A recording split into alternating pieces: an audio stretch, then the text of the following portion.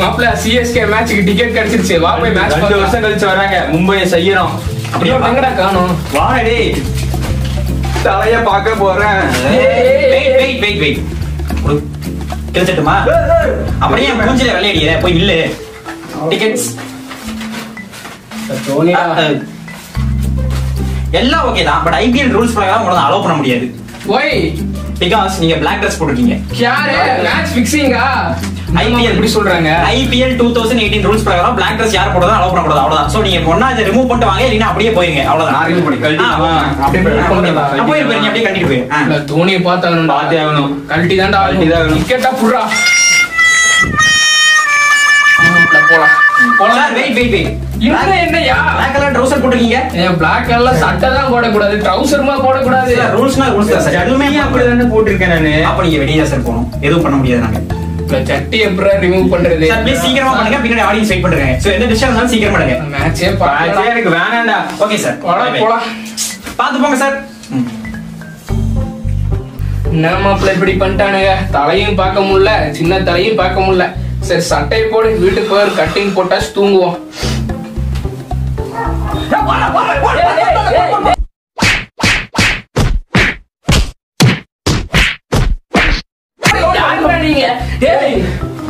எதுக்குடா வந்தானுங்க, எதுக்குடா அச்சானுங்க? அவங்க பாட்டு போட்டானுங்க.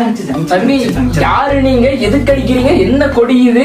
காவேரியில தண்ணி இல்ல, அதனாலதான் உங்களை போட்டு அடிக்கிறோம். அங்க உள்ளனா இங்க ஏன்டா அடிக்கிறீங்க? இங்க அடிச்சா தான்டா அங்க விடுவான். இங்க அடிச்சா இங்க தானே விடுவோம், அங்க பூரா விடுவாங்க. இவன் பைத்தியக்கார மாதிரி இருப்பான் போல. அடிச்சுட்டு போராடுங்க. ஏன் அவள சிரிக்கிற? வெளியே வந்து நம்மளுக்கே நிலவை உள்ளட்டு மேட்ச் பார்த்துட்டு அவனை போட்டு தள்ளி இருப்பாங்க.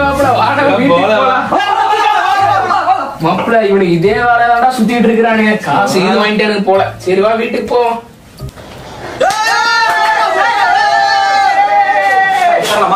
தோனி படி ஐயோ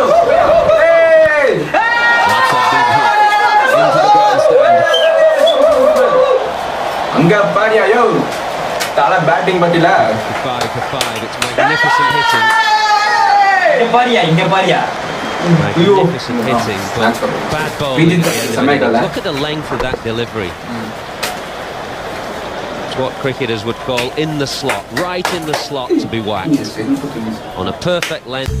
ஸ்டேடியம்ல செருப்பு போடுறது நீதானா? யோ நான் ஷூ போடுறதுங்க. யோ கால்ல போட ஷூ ஏன் செருப்பு எடுத்து வீசற? எந்திரியா முதல்ல. செருப்பு நான் வீச செருப்பு. ஐயோ யோ நீ தான் வீச. உன்ன புடிக்கிற வசரம் மப்டில வந்த வாயா போலாம். மப்டி ஐயோ நான் வாயா நீ வாயா. யோ செருப்பு போடுறது நீதான். அப்போ யோ நான் இல்லையா? நான் கண்ணால பார்த்தேன். நீ தான் செருப்பு போட்ட. ஆமாடா நான் என்ன போட்டேன்? ஏன்டா செருப்பு போட்ட? அப்படிதான் போடுறேன். இங்க காவிரியில தண்ணி விடுறது இல்ல. யோ காவேரி தண்ணி குடிக்கல, நீ ஏன் செருப்பு போடுற? அப்படிதான் போடுறியா? போயா போடுவேங்க. போய்ட்டான்.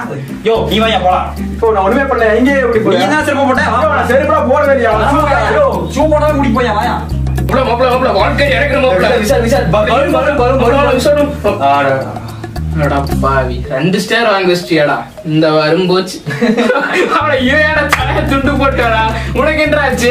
எவனோ செருப்பு தூக்கி வச்சதுக்கு என்னை வெளிய துரத்து விட்டாங்க. என்னடா அவனை கேட்டா இவ அடிக்கிறேங்கறா, இவனை கேட்டா இவ அடிக்கிறேங்கறா. என்னடா நடக்குதுங்க?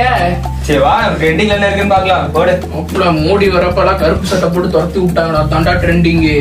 ஏய் எஸ்டிஆர் ஸ்பீச் தான ட்ரெண்டிங். எஸ்டிஆர் என்னடா சொன்னாரு?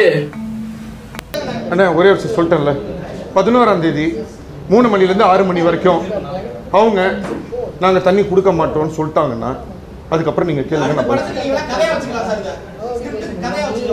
தயவு செஞ்சு அதை கொஞ்சம் எடுங்க. தயவு செஞ்சு அதை கொஞ்சம் எடுங்களேன். தயவு செஞ்சு அதை கொஞ்சம் எடுங்களேன். அட்ரா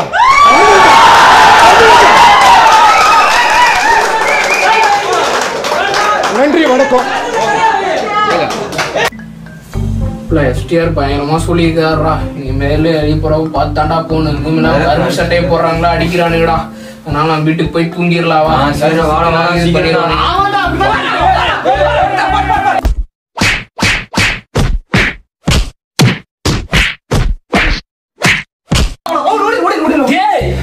எதுக்குடா அடிக்கிறீங்க?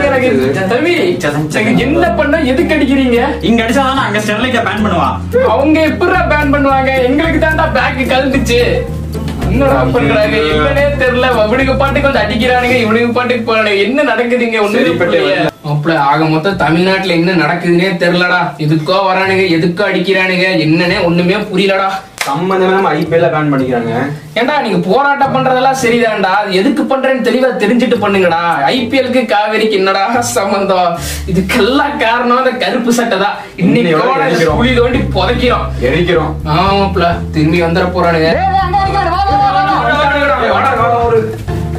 இந்த வீடியோவில் பார்த்தீங்கன்னா நான் காவேரி பற்றியும் ஸ்டெர்லைட் பற்றியும் சொல்லியிருக்கோம். ஸோ காவேரி பிரச்சனை அப்படிங்கிறது நம்ம எல்லாருமே சின்ன பசங்களாக இருக்கும்போது இருந்தே நடந்திருக்கு.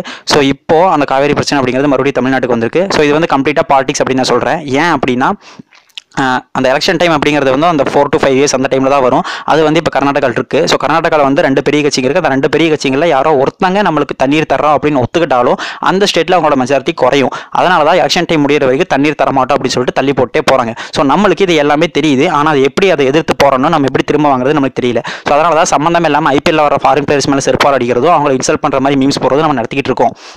ஸோ போன டைம் இதே மாதிரி ஜல்லிக்கட்டு நடந்தப்போ நம்மளுக்கு என்ன பண்ணணும்னு தெரிஞ்சு அதனால யங்ஸ்டர்ஸ் எல்லாருமே ஒன்றா சேர்ந்து போராடி ஜல்லிக்கட்டு திரும்ப கொண்டு வந்தோம். அந்த மாதிரி தான் இப்போ நம்ம பண்ணணும். அதுதான் ஒரு ப்ராப்பரான ஒரு டீசென்ட்டான வே. ஸோ இப்போ டிஜிட்டல் மீடியா அசோசியேஷன் அப்படிங்கிறவங்க என்ன ஆர்கனைஸ் பண்ணாங்கன்னா இப்போ தான் ரீசெண்டாக வந்து ஜம்கட் சரிபாஸ்கி, எருமசானி விஜய், இந்த மாதிரி வந்து டாப் யூடியூபர்ஸையும் மீம் கிரியேட்டர்ஸையும் எல்லாத்தையும் ஒட்டுக்கா சேர்த்து இதை காவேரி பிரச்சனைனா என்ன அப்படிங்கிறத தெளிவாக எக்ஸ்பிளைன் பண்ணாங்க.